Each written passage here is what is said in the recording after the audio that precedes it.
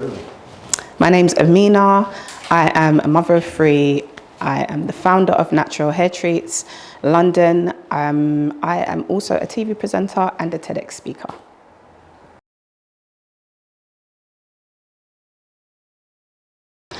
Okay, so in regards to the products, Natural Hair Treats, I actually started out as a hairdresser. So my whole career was as a hairdresser, 20 years, over 20 years in the game. Basically, I developed products, a set of products, hair care products, which started in 2011. So what happened was I went on my own natural hair care journey and cut my hair, went back to natural. And through that journey, I started to also, develop a better understanding of the products and what clients needed and what my own hair needed. So it was kind of like everything mashed in together. I'm a bit ADHD, so I like to do multiple things anyway.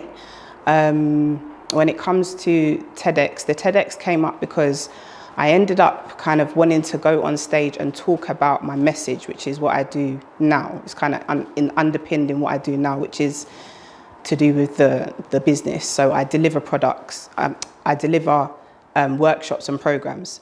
And those programs are about self-care and self-love.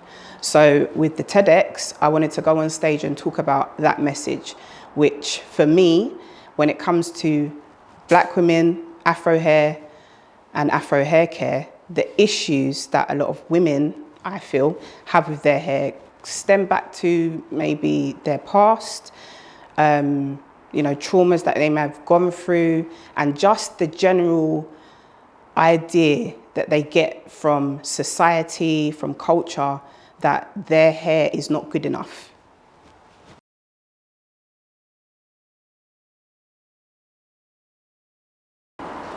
That's an interesting question. I don't know. I don't think I've had a bad meal. I just don't really eat other people's food if if it's not smelling right, I'm about to say no thank you. So I don't think I've really had too many bad meals. Okay, that's gonna have to be the answer, sorry. I only go where I like the food. If the menu ain't popping, I'm not gonna eat there. It's just gonna be a no, so. Fair enough.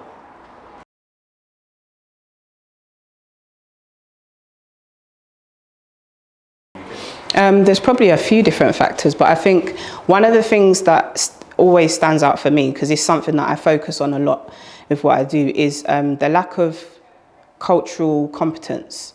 And I feel like, obviously, there's so many different cultures when it comes to Muslims. I feel like there's not enough understanding between the cultures about the individual cultures. There's not enough communication that goes on. So, for example, let's take events that happen. It would be nice to see more events that celebrate the different cultures in terms of not just food, but the things that they wear, the things that we do in our different cultures. So I feel like that's definitely one factor. I think another factor is probably age and the generation gap. There's a lack of communication between the olders and the youngers, most definitely. And where there's so much things going on with the younger generation, there needs to be more understanding with the older generations in terms of, what they're thinking, feeling, facing, and how to communicate with them and how to help them, essentially, because otherwise we're just not going to get nowhere.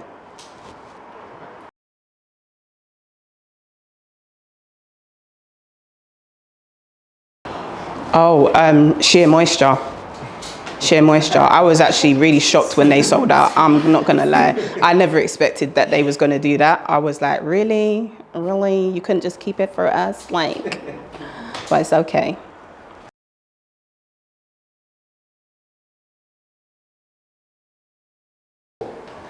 Okay, so Sis Wear Your Crown. So this again was an event that was born out of I felt the necessity to do a few things. Like I said, I've got a bit of an ADHD brain. So when I start thinking about something, I'm like, okay, we can do this, but we can also do this, but we can also do this. So with Sis Wear Your Crown, the idea started as an idea for a hair care event.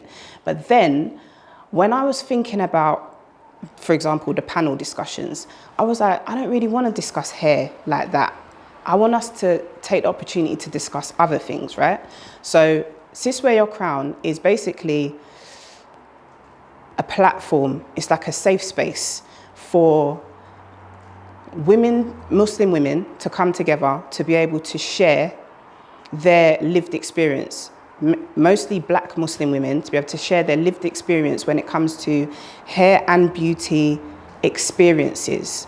What that looks like, not just in terms of what products they're using or don't use, or what hair care regime they have or don't have, but more so in terms of how do you feel about your hair? What are the issues that come up when it comes to you in regards to your hair? So for example, this one that's coming up, this event, one of the topics that we're going to be talking about is black and mixed race women who fear going into marriages outside of their race or culture because they fear how their hair will be perceived. So that is, a lot of people have been like, when I mention it, they're like, really, that's a topic? Yes, it's a topic, trust me. And it's one of those things like within our communities, within our cultures, there's always conversations that are going on that only happen in our culture. You know, like you'll be sitting with your people and you have this conversation, but you don't have it outside. So for me, Sis Wear Your Crown is an opportunity for us to come together and be able to discuss these things as a Muslim community and find solutions, and then take that outside and then go and have those conversations elsewhere, inshallah. There's a lot more going on with Sis Wear Your Crown though. There's a whole like fashion show, creative hair show, there's spoken word poetry gonna be, there's 3-course meal, there's like best dress competition, and the best part is that actually it's a gala and it's for the sisters to come, let their hair down, get dressed up, put on a bit of makeup, feel nice, leave the kids at home, come and, you know, do your thing with your girlies and all of that. So that's what it is.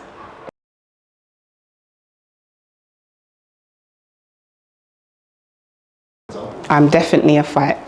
I'm definitely a fight. Oh my God, you want an example? Okay, let me keep it halal. So high pressure situations.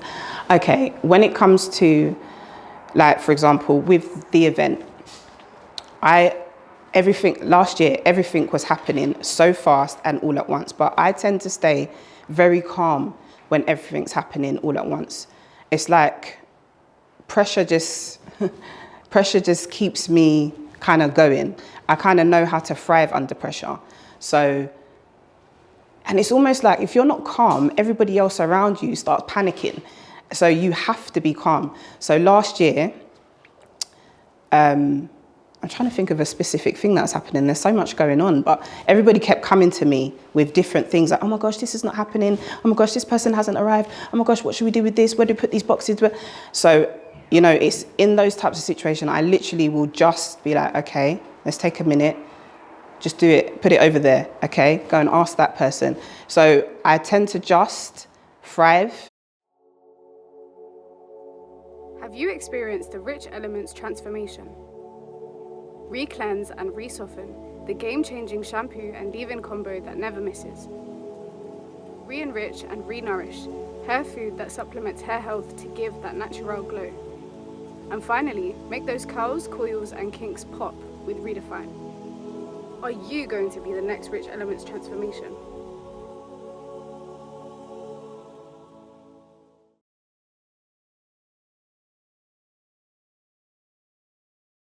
Okay, so Rich Elements. The name is because each of the products are made from ingredients that have got very, very rich nutritional content. And so when I was thinking of the name, I literally just wanted it to describe what the products are. They literally are made of rich elements from Allah's earth, elements that Allah's created. And And the brand itself, I think the brand is bigger than just the products, because for me, the brand is about education, it's about encouragement, it's about empowerment. So the products are just one part of it. But then, like I said before, the educational part of it in terms of the workshops and the programs is the other part of it.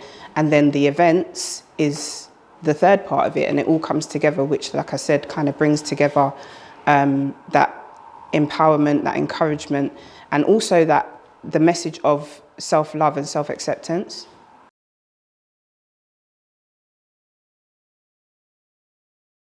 Okay, off the top of my head, it would probably be like 18th century, between 18th and 16th century England. Number one, because I'm kind of like a fan of Bridgerton. So I like all the dresses and stuff. But if I'm really realistic, as a black person going back then, I don't even think I'd be there. So it's a bit like, yeah, would I want to go? Other than that, I think I'd probably go even further back and want to chill with like Cleopatra in Egypt. Yeah.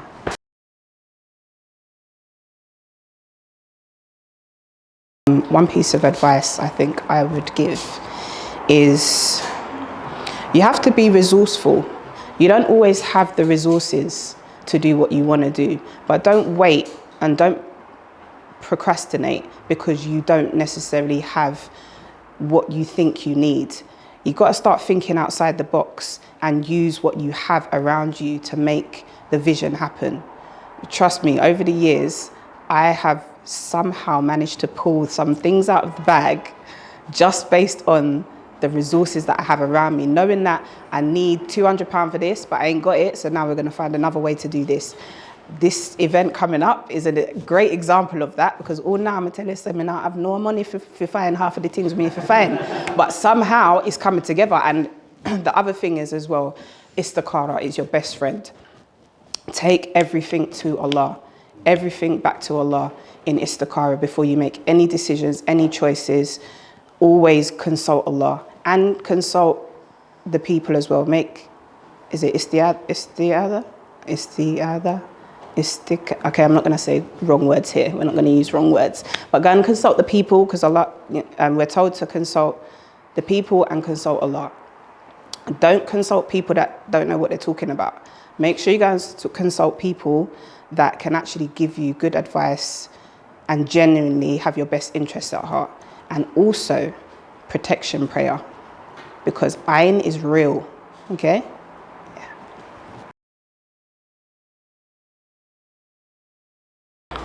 So there are 7 places where Muslims are told not to pray. Name one. The bathroom, the toilet. Okay. What are one of the conditions of touching or holding the Quran? You have to be in wudu. Okay, where was the Quran revealed? Was it A, Cave of Hira, 2, Mount Arafat, 3, Cave of Medina, 5, what does that say? Thor Cave. Thor Cave, okay. Well, it was A, Cave of Hira. Okay, what is the meaning of the word Quran? So you've got A, faith, B, recitation, C, book, or D, intellect. It's B, recitation. From hadith, according to the Prophet Muhammad sallallahu alaihi wasallam, who is the most honorable of persons? A, Prophet Ibrahim, B, Prophet Yusuf, C, Prophet Musa, or A, Prophet Saleh? The other options. Most honorable of persons. Is it Prophet? No, let me divide it. Give me. So it's going to be between Prophet Yusuf and Prophet Musa. Okay, Prophet Musa. Yeah, it's Prophet Yusuf. Oh, really? Okay.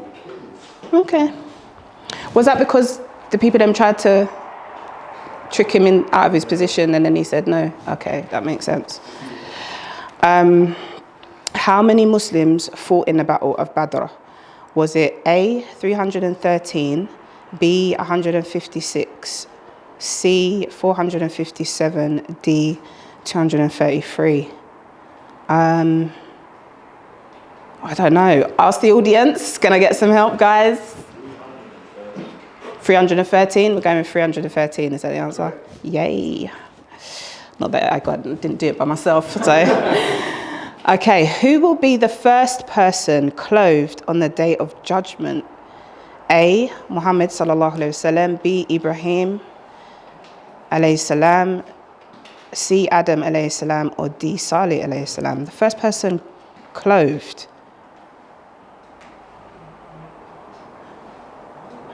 How many more things have I got? Have I got one more? What's the other one? You can skip and get the point. Oh, I don't want to skip this question. I know the answer. First person clothed. I'm just going to go with Prophet Muhammad sallallahu alaihi wasallam. Nice, Ibrahim. Okay, all right. Okay, Hadith states Prophet Muhammad sallallahu alaihi wasallam said, every person born is touched by shaitan except two people. Who are they? A. Luqman and his son. B. Musa and Harun. C. Maryam and Isa. D. Ibrahim and Israel. D? No, it's Mary, J. It's Mary. Maryam and Isa. Oh, okay. Who will be the first person raised on the day of judgment? Prophet Musa, Prophet Ibrahim alayhi salam, Prophet Sulaiman alayhi salam, or Prophet Yusuf alayhi salam? First person raised. Okay, is it Prophet Ibrahim alayhi salam? Musa alayhi salam. Subhanallah, man. Gosh, all right. Whose prayer is beloved to Allah more than anything else? A. Muhammad sallallahu alayhi wasallam. B. Isa alayhi salam. C. Lut alayhi salam. Or D. Dawood alayhi salam. So, is it Prophet Muhammad sallallahu alayhi wasallam? Nah, man. This is. Nah, I feel nah. Prophet Dawood. Okay, that's the end. MashaAllah. Hi guys, welcome to Purple Corner Season 2. Thank you very much for supporting us. Make sure you like, comment, subscribe, and yeah, follow us on all of our social media.